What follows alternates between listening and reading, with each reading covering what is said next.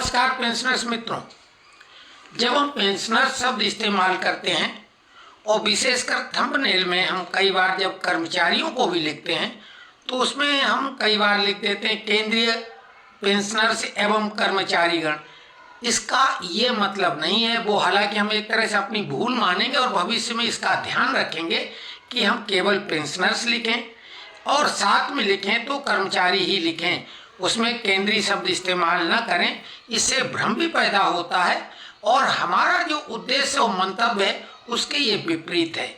जो भी श्रमिक हैं, भले वो प्राइवेट कंपनी में हों, मजदूरी कर रहे हों, उनके लिए भी हम उसी तरह के हित चिंतन करने का संकल्प लेते हैं, वायदा करते हैं, बल्कि उनसे ज़्यादा कि हमसे कुछ बन पड़ेगा उनके लिए भी हम 100% प्रयास करेंगे।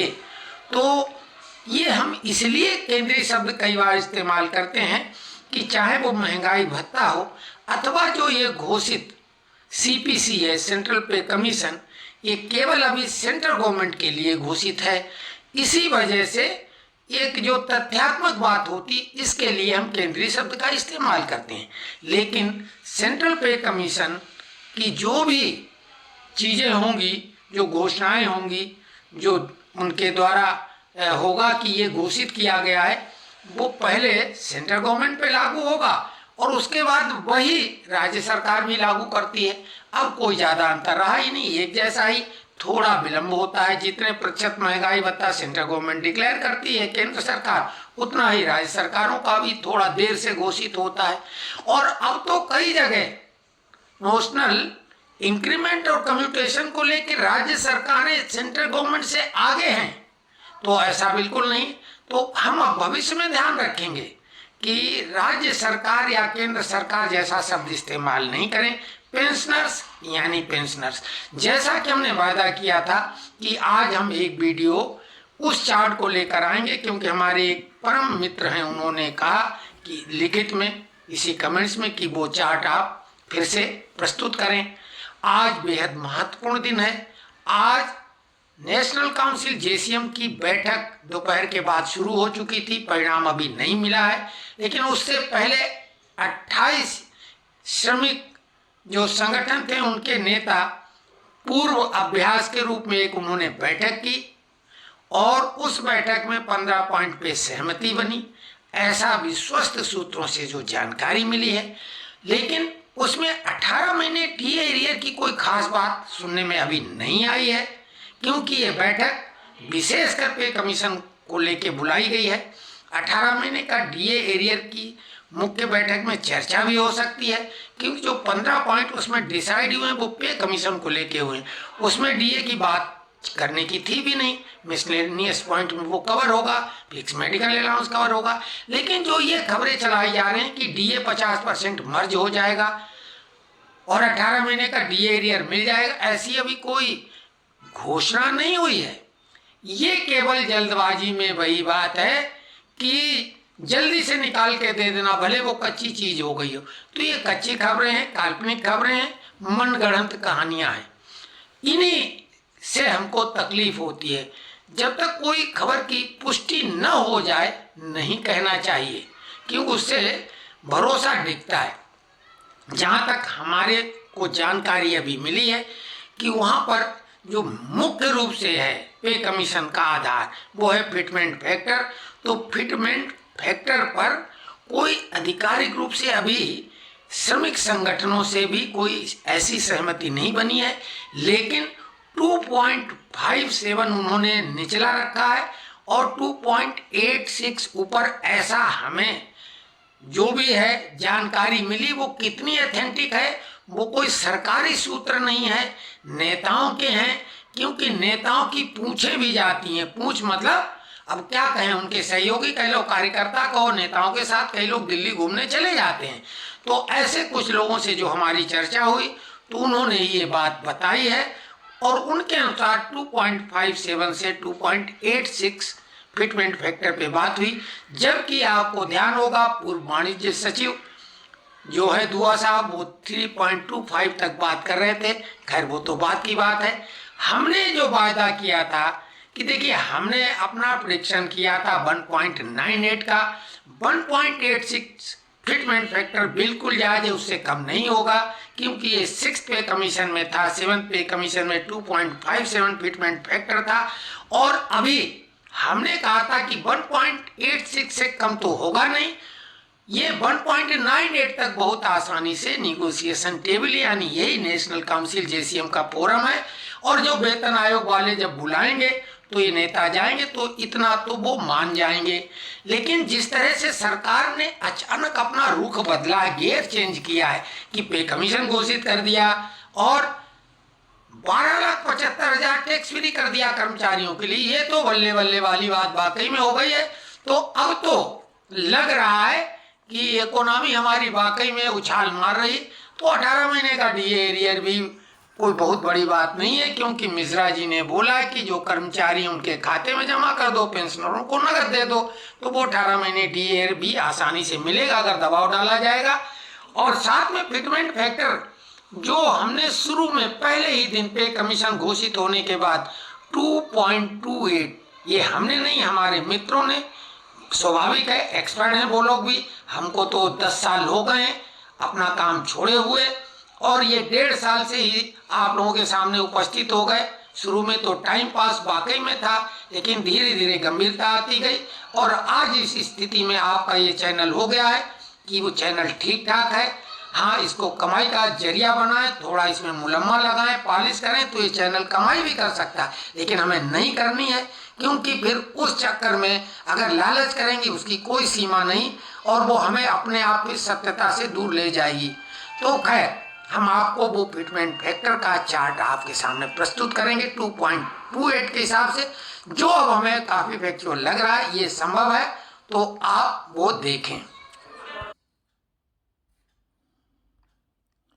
प्रोजेक्टेड 8th पे कमीशन पे matrix table how much increase, तो इसी में हम टेबल आपको दिखा रहे हैं।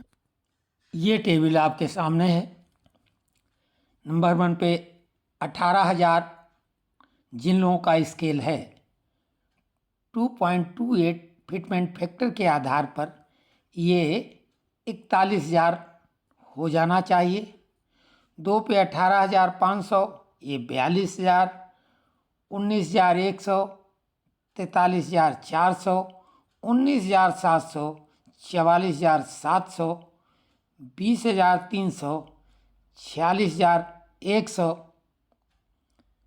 20,900, 47,400, 21,500, 48,800, 22,100, 50,200, 22,800, 51,800, 23,500, 53,300, 24,200, 54,900, 24,900, 56,500, 25,600, 58,100, 26,400, 59,900, 27,200, 61,700, 28,000, 63,600, 28,800, 65,400, 29,700, 67,400, 30,600, 69,500, 31,500, 71,500,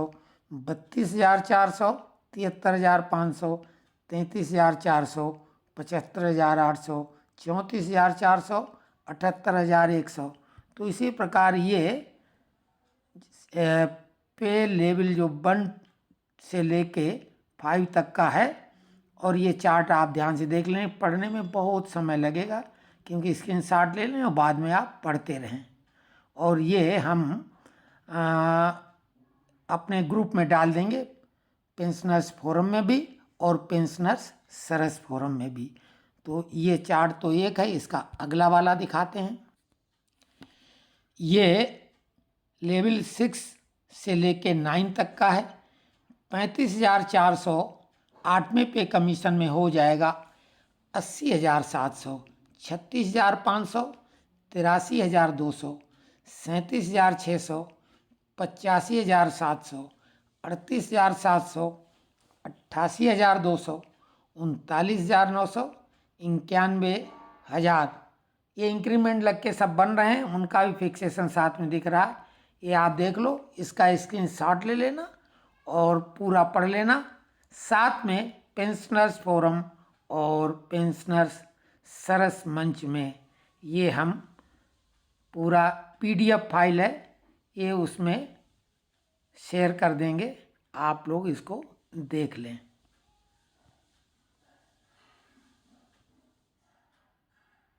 ये पूरा 40 इंक्रीमेंट तक का, आगे का भी इसके अपर वाले ये चार्ट भी देख लें और इसका स्क्रीनशॉट ले लेंगे। पढ़ेंगे बहुत टाइम लग जाएगा और ये उसी तरह का चार्ट है, आप धैर्य से इसको देख लें और समझ लें। क्योंकि ये पे कमीशन जिस दिन घोषित हुआ था उसी दिन हमने ये शो किया था चार्ट, और रिपीट करना उचित नहीं रहता है, लेकिन हालांकि ये अभी कोई पक्के तौर से नहीं है, लेकिन अब हमें भी लग रहा है कि 2.28 संभव है, लेकिन इससे ज़्यादा सोचना कुछ ज़्यादा हो जाएगा। जैसा कि सुभाष चंद्र गर्ग जी ने बोला था कि चांद मांगने की कोशिश मत करो, 2.57 पे उन्होंने कहा था। लेकिन ये है कि 1.98 जो हमने कहा था वो हमें बहुत जायज़ अभी भी लगता है। अब जो होगा वो सामने आ जाएगा। श्रमिक संगठन तो स्वाभाविक है ज़्यादा की मांग करेंगे, मांगा ज़्यादा जाएगा, वो कुछ कटौती करेंगे, मांगने से ज़्यादा तो मिलेगा नहीं। क्योंकि आपको ध्यान होगा कम्यूटेशन की अवधि को वकीलों ने और यूट्यूबरों ने 10 साल पर रिड्यूस कर दिया था। हमने बोला था 12 साल से कम तो हो ही नहीं सकती है, क्योंकि श्रमिक संगठनों ने मांग 12 साल के लिए ही की है कम्यूटेशन की। तो कैसे हो जाएगा, कोर्ट भी नहीं करेगा और सरकार भी नहीं करेगी। अब वो मामला वही हुआ है। तो ये जानकारी कैसे लगी, आज हमें बुखार हल्का सा हो गया है और सर्दी लग गई थी फिर से। खुद दूसरों को नसीहत देते हैं और लापरवाही खुद की करते हैं, उतना अच्छा नहीं स्वास्थ्य है, थोड़ा सा दबाव बनता है कई तरह की चीज़ों का। तो आप सभी को बहुत शुभकामनाएं, अच्छे से अच्छा पे कमीशन आए और हमारे नेताओं को शक्ति, सामर्थ्य, ऊर्जा और तर्क शक्ति इतनी दे कि वो श्रमिक हित में, पेंशनर हित में बेहतरीन पे कमीशन को, उनकी सिफारिशों को सामने लाएं। धन्यवाद।